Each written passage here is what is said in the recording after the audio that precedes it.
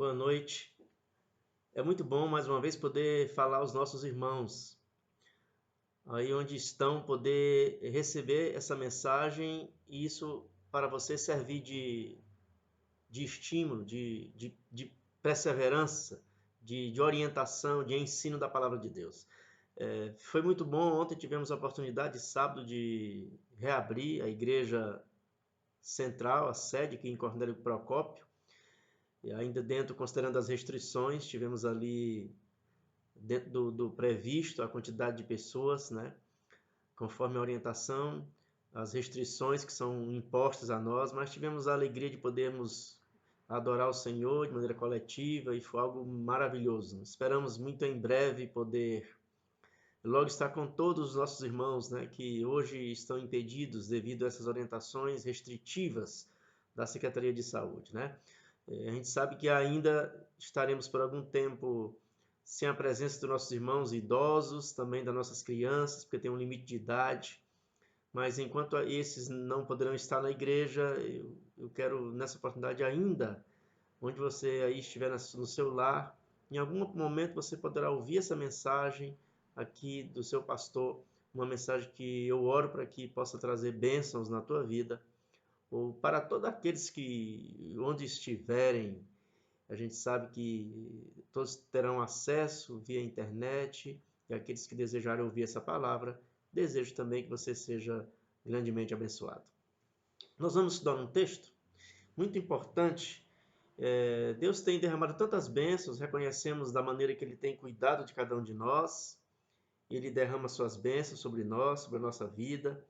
E uma das coisas que a gente deveria pensar, refletir sobre a nossa vida, sobre aquilo que Deus nos dá, as oportunidades, né? Tem nos dado tempo, nos dá talentos, permite termos recursos para a nossa subsistência. Mas quando a gente analisa essa questão, a gente deveria pensar assim: isso que eu tenho de fato é o suficiente? A gente vive num mundo muito complexo, né? Onde as coisas materiais ela têm sido, para a grande maioria, a prioridade. As pessoas lutam, trabalham e têm os seus sonhos e desejam alcançar suas metas. E lógico que isso envolve não só o aspecto educacional, profissional, mas também alguns têm metas de alcançar as suas posses, né? Bens, e muitas das vezes é a programação da troca do carro, a reforma da casa. Isso é algo que é natural na nossa vida. Nós temos também a afeição por coisas terrenas, né?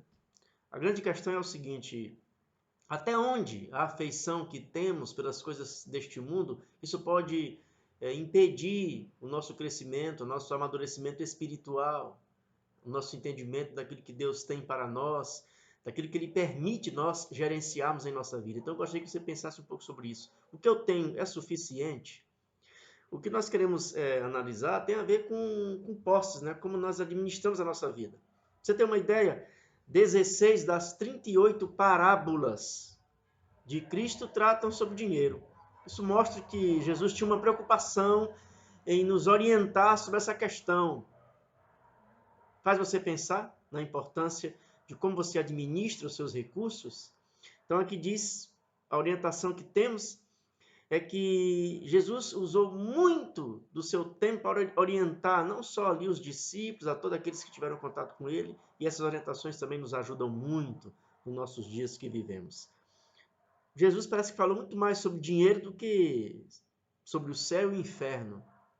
Pelo menos no Novo Testamento, quando você analisa ali, né? As parábolas.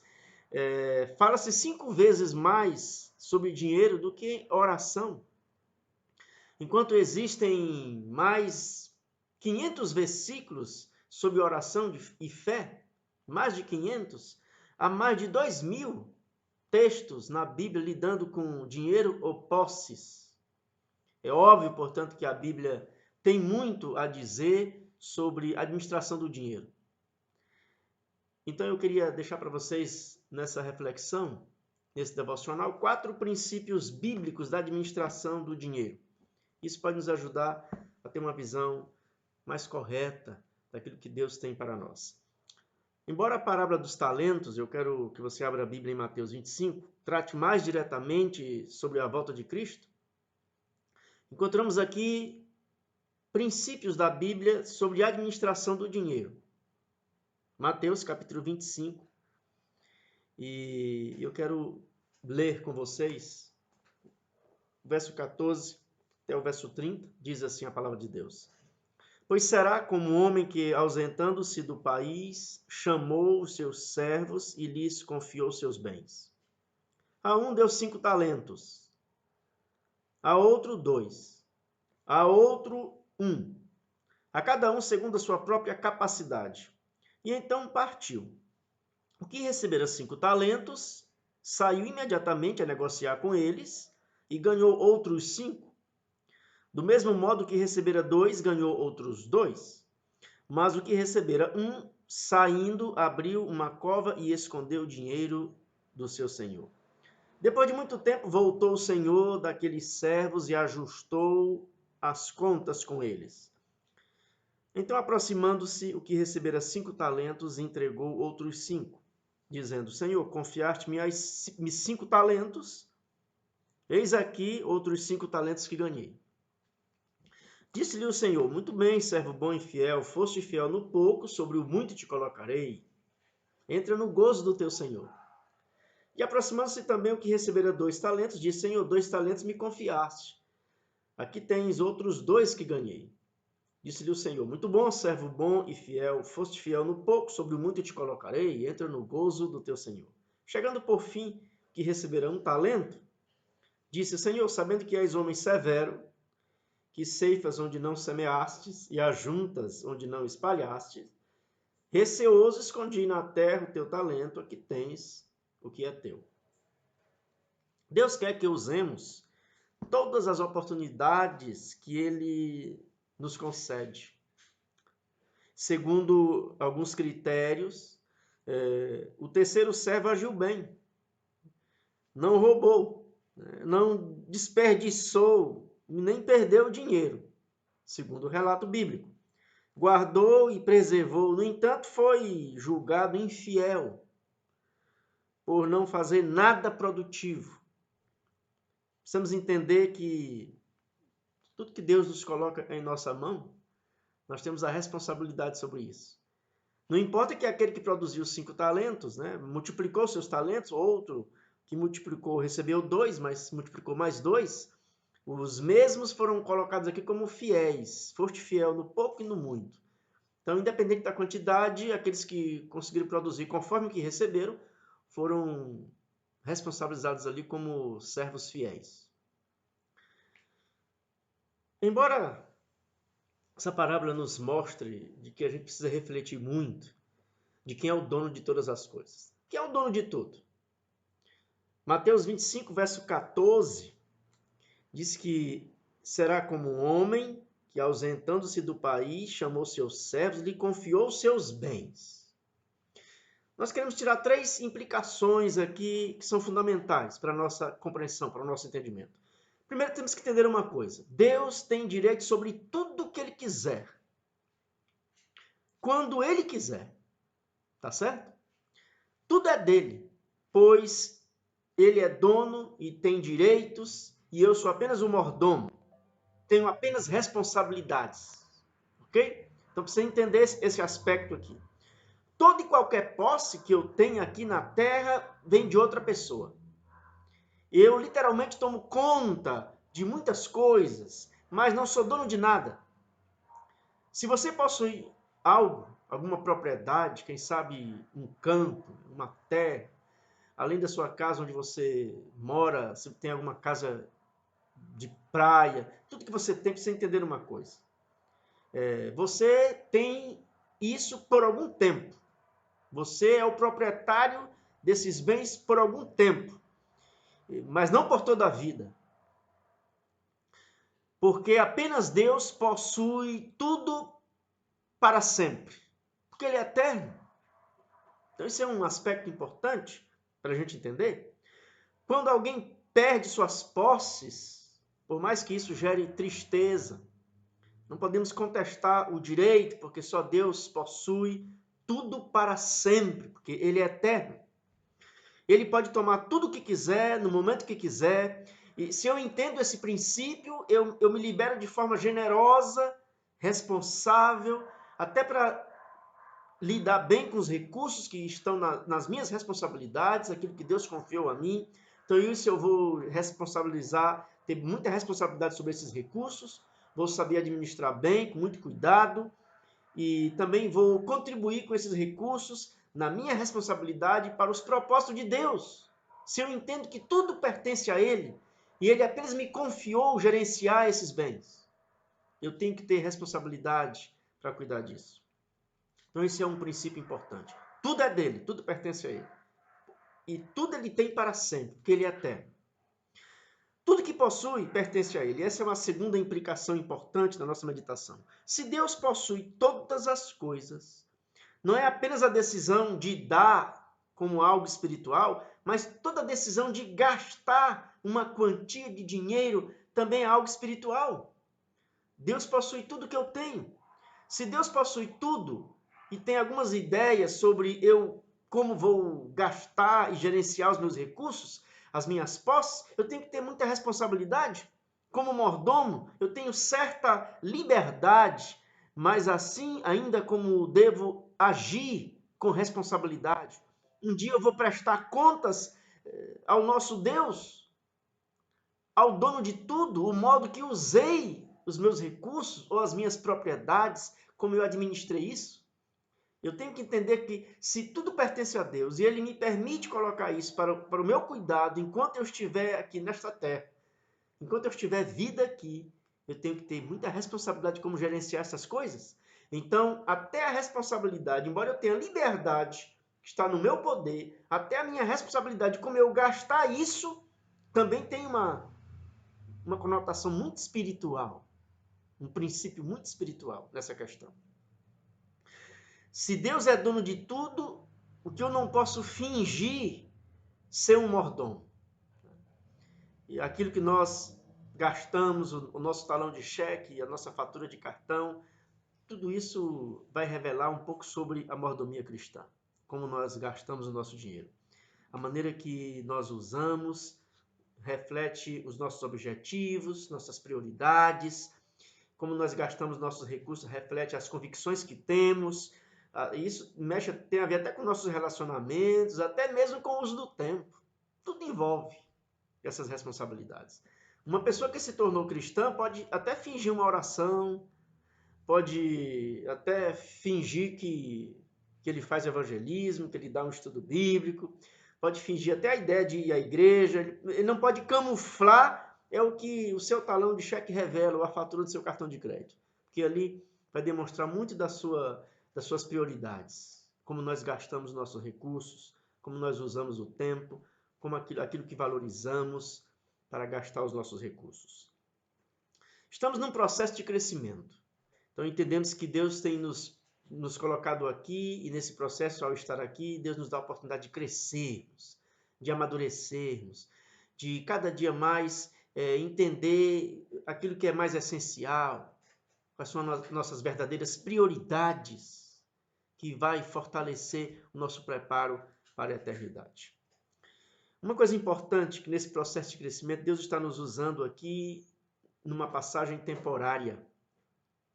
E isso aqui pode servir como um treinamento, né? Uma espécie de preparo. É isso que a parábola enfatiza. Se você conferir o que Paulo diz, o apóstolo São Paulo escreveu a Filipenses, no capítulo 4, vamos abrir a Bíblia, Filipenses.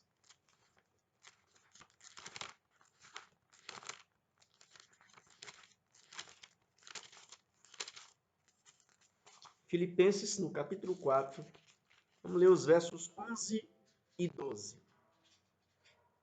Diz a palavra de Deus: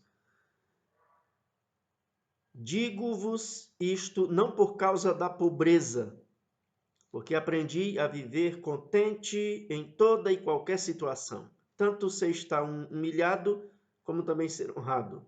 De tudo e em todas as circunstâncias já tenho experiência, tanto de fartura como de fome, assim de abundância como de escassez. Tudo posso naquele que me fortalece. Dinheiros e posses são ferramentas muito eficazes que Deus usa para que você cresça, né? Portanto, você sempre precisa perguntar a Deus o que o Senhor quer que eu aprenda, né? Em vez de perguntar por que você está fazendo isso, por que eu estou passando por isso, Senhor? Às vezes a gente pode estar passando uma situação mais difícil, né? E numa situação de escassez, onde as coisas precisam ser muito bem administradas para não faltar aquilo que é essencial. E o que nós podemos aprender, nem todas as pessoas têm a capacidade de gerenciar grandes coisas. Isso é verdade. Você pode entender que na própria parábola de Jesus aqui, na parábola dos talentos, ele deu 5 para um, deu 2 para um, e para um deu 1. Ele sabia que nem todos poderiam gerenciar tudo. Não temos toda a capacidade de ser empreendedores, né? De ser capazes de empreender em grandes coisas. Nem todos têm essa capacidade. Mas Deus confia a cada um recurso necessário para que ele administre bem com responsabilidade. É bem provável que alguns que se tivessem a oportunidade de ter grandes recursos, de muita coisa viesse às suas mãos, até poderiam jogar isso fora, poderiam perder. A gente tem visto na experiência do dia a dia muitas pessoas que, ao colocar a mão em muitos recursos, eles não têm capacidade de gerenciar isso. Algumas pessoas vão ser bons funcionários de empresas, bons empregados, e para isso eles têm que serem leais ao seu patrão e receber no final do mês o seu sustento, seu salário, seus proventos, que vai representar a sua subsistência durante o mês. Nem todos têm a capacidade de receber grandes coisas. Mas, queridos irmãos, amigos, Deus não está querendo nos frustrar, tentando nos ensinar alguma coisa com isso. O dinheiro não é apenas uma ferramenta, mas um teste. Devemos olhar isso, aquilo que Deus nos coloca, confia aos nossos cuidados. Isso deveria ser como um teste para nós. Quando nós olhamos Lucas, abra a Bíblia em Lucas capítulo 16, Lucas capítulo 16, os versos 11 e 12. Lucas capítulo 16, versos 11 e 12. Diz assim a palavra de Deus: Se, pois, não vos tornastes fiéis na aplicação das riquezas de origem injusta, quem vos confiará a verdadeira riqueza? Se não vos tornastes fiéis na aplicação do alheio, quem vos dará o que é vosso? Então, precisamos entender uma coisa, isso parece muito claro para nós. A minha fidelidade em lidar com as posses que me foram confiadas por Deus tem total importância no entendimento da mordomia cristã. Somos chamados a ser luz nesse mundo. Somos chamados a sermos aqui instrumentos da graça de Deus que recebemos dele para outras pessoas. Você é luz, você é sal nesse mundo. Então, como lido com minhas posses são um testemunho diante do mundo. Isso pode, na maneira que eu vivo, ou testemunho, ou lido com as coisas, isso pode servir de bênção para outras pessoas, como testemunho para outras pessoas. A quantidade aqui não é importante. Quando você olha Mateus 25, os versos 23, Mateus 25, versos 23, diz assim a palavra de Deus: Disse-lhe o Senhor, muito bem, servo bom e fiel, foste fiel no pouco, sobre o muito te colocarei, entra no gozo do teu Senhor. Então, você percebe aqui como é que a parábola nos ensina? Quando você compara aqui, não é a questão de quantidade, você compara com o versículo 21 e o versículo 23. O versículo 21 diz assim: Disse-lhe o Senhor, muito bem, servo bom e fiel, foste fiel no pouco. Sobre o muito te colocarei, entra no gozo do teu Senhor. No verso 23 diz a mesma coisa. Disse-lhe o Senhor, muito bem, servo bom e fiel, foste fiel no pouco. Sobre o muito te colocarei, entra no gozo do teu Senhor. Para os dois que receberam tanto mais, os que receberam 5, ou que receberam 2, ele também disse, servo bom e fiel. Ambos aqui foram lembrados que haviam sido fiéis nas coisas pequenas. Então podemos concluir que o montante aqui não é importante, mas o modo como você lida com aquilo que foi confiado é o que vale.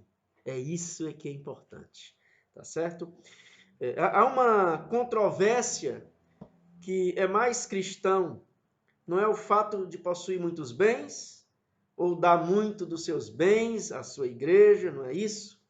Não é o fato de você dar muito ou pouco que vai demonstrar que você é um bom cristão ou não. O princípio é que tudo é que é importante em compreender. Tudo aqui é dele, e se ele decide colocar pouco ou muito na minha responsabilidade ou na sua responsabilidade, segure com a mão aberta, permitindo que ele lhe dê mais e seja uma bênção aos outros. Essa é uma questão espiritualmente importante para a nossa vida. Aquilo que é confiado em nossas mãos, nós temos que ter a grande responsabilidade de cuidar disso, de ser uma bênção aos outros, de compartilhar o que recebemos, essa atitude de ter responsabilidade, fidelidade, ou no pouco ou no muito, isso vai contribuir para que a gente ajude em fazer o reino de Deus prosperar, de como usamos os nossos recursos para ser aplicado ao reino de Deus aqui neste mundo, para que ele prospere e muitas pessoas sejam alcançadas com a graça do Senhor, com o Evangelho. Essa é uma atitude importante. A nossa fé exige ação. Precisamos entender isso, irmãos? Muitas das vezes a nossa fé fica só no intelectual. E falta aquele aspecto importante, ter uma fé que demonstre ação, algo volitivo. O servo infiel sabia, mas não fez nada. Ele é tido como infiel. Muitos de nós sabemos o que temos de fazer, mas desobedecemos ou deixamos para depois, achamos que podemos fazer em outra ocasião, quando as coisas estiverem melhores. Isso pode se tornar mais fácil, ou isso pode nos tirar a oportunidade agora de nunca mais fazer aquilo, porque achamos que poderemos ter dias melhores para fazer. Nós temos uma fé, muitas das vezes, que ela é emocional, como falei, intelectual, mas não é volitiva. É uma fé que exige ação. Somos influenciados com coisas mundanas, que parece ser aceitável, e muitas das vezes ficamos paralisados. Aí a pergunta é para você refletir nesta hora. Você realmente crê que Deus é dono de tudo? Tudo pertence a Ele? Tudo Ele possui? Você crê de fato nisso? Você crê de tal modo que isso afeta a maneira como você gasta o seu dinheiro? Tudo aquilo que está ao teu alcance, na tua responsabilidade, para que você possa gerenciar finanças, posse ou bens, você crê que tudo isso pertence a Deus, que Deus apenas te deu por um tempo aqui para que você administre bem, e ao administrar isso você se torne uma bênção aos outros, ao compartilhar as bênçãos que Deus te deu e colocou na tua mão para você gerenciar, administrar? Seu dinheiro é um meio usado para conseguir apenas o que quer na vida? Ou é uma ferramenta usada para expandir o reino de Deus? Exatamente, queridos irmãos, amigos, nós vivemos num mundo muito materialista, há muito ceticismo no nosso mundo. As pessoas estão vivendo hoje muito mais voltadas para as coisas materiais. E o pós-modernismo tem muitas das vezes afetado a nossa maneira de ser, de viver, né? E até de compreender que tudo que temos neste mundo, que recebemos aqui para a gente administrar e viver, é algo que recebemos do nosso Deus. Ele é dono de tudo, né? Ele é rico porque tudo é dele. E só ele tem tudo para sempre, porque ele é eterno. Tudo que temos aqui para administrar, não vamos ter para sempre. Porque não somos eternos. É por isso que muitas das vezes nós adquirimos coisas e perdemos aqui. E se a gente chega ao fim da vida acumulando muitos bens, nós vamos, em algum momento, perder a oportunidade de ter vida aqui. A nossa existência vai acabar. Então a gente também não tem tudo para sempre, ainda que a gente administre bem os nossos recursos e eles prosperem. Deus quer nos ensinar com essa parábola. E a mordomia cristã envolve um aspecto muito importante que é fundamentalmente espiritual para o nosso crescimento. A maneira que nós lidamos com os nossos recursos, lidamos com os nossos talentos, dons que Ele nos coloca. Isso deve ser para nós uma bênção, refletir uma bênção em nossa vida. E eu ainda gostaria de ler, para encerrar essa meditação, o que está aqui em 1 Pedro, no capítulo 4, é um texto muito importante também que reflete essa graça maravilhosa que recebemos do nosso Deus para compartilhar essa bênção com outras pessoas. 1 Pedro, capítulo 4, os versos, vamos ler aqui os versos 10 até o verso 12, diz assim a palavra de Deus: servi uns aos outros, cada um conforme o dom que recebeu,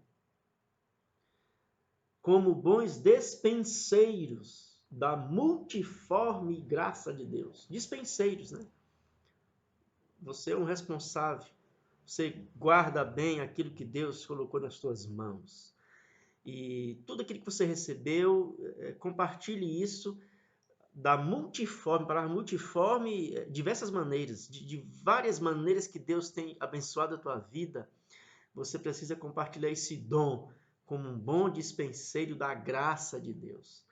Se alguém fala, fale de acordo com os oráculos de Deus. Se alguém serve, faça-o na força que Deus supre, para que em todas as coisas seja Deus glorificado por meio de Jesus Cristo, a quem pertence a glória e o domínio pelos séculos dos séculos.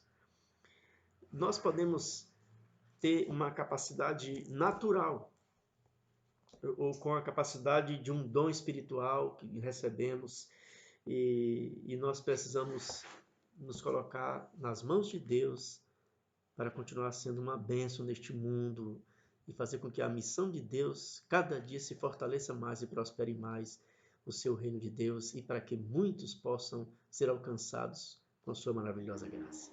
Eu oro para que Deus te abençoe onde você estiver.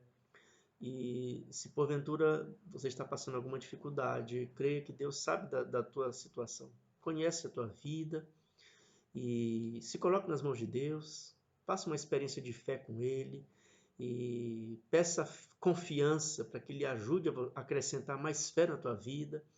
E há uma profunda necessidade espiritual nossa de crescermos em fé, em confiança em nosso Deus, e acreditar que Deus sabe todas as coisas, conhece as nossas necessidades e Ele não vai desamparar os seus filhos. É bem verdade que essa é uma verdade importante espiritual, que quando se trata de mostrar aquilo que Deus nos concede, nós precisamos entender que tudo aquilo que colocamos, devolvemos ao Senhor, os nossos recursos, as nossas ofertas, os nossos dízimos que são sagrados, é apenas uma demonstração de gratidão de tudo aquilo que Ele nos deu.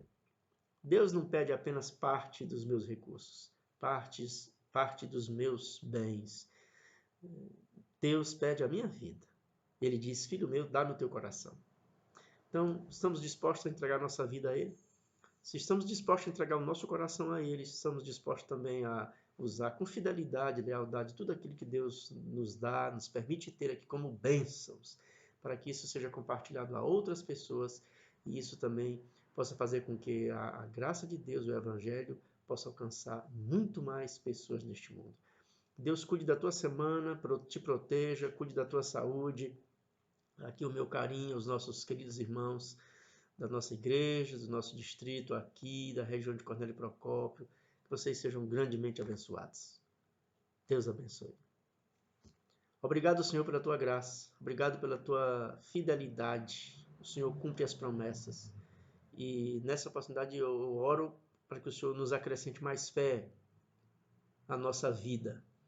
Que diante de tudo que a gente está passando, possamos confiar que o Senhor está ao nosso lado, cuida de nós, caminha conosco, nos ampara e dá tudo aquilo que necessitamos.